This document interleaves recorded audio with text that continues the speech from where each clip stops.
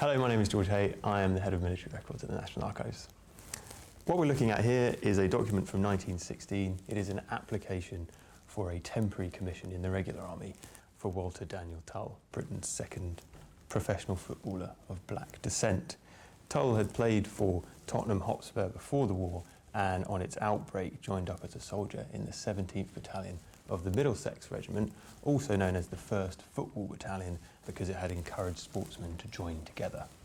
Tull proceeded to France in November 1915 and served during the Somme campaign of the following year, having fought with bravery and demonstrated in battles the qualities and skills of leadership.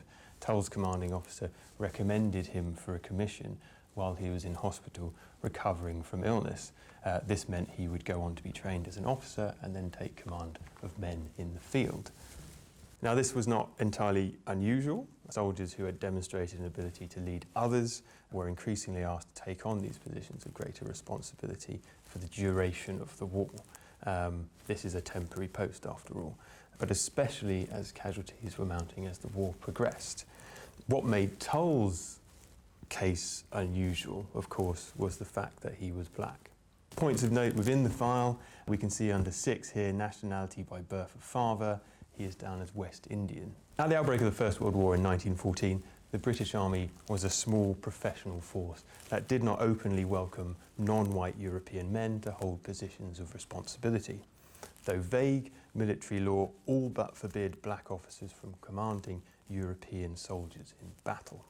Though there were other black officers in the service before Tull, his commission in the infantry in 1917 is rightly celebrated as a step in the right direction for racial equality and recognition of black contributions to the war effort. Sadly, however, Walter Tull was killed leading his men on the 25th of March 1918 on the same battlefields of the Somme where he had proved himself so capable 2 years before.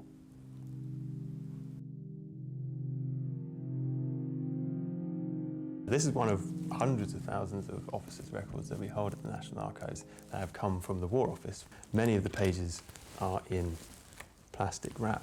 This is simply to preserve the pages which, if you look closely, you'll see have been well used, and to protect them from further handling by the public and anyone else who wants to come and look at the records.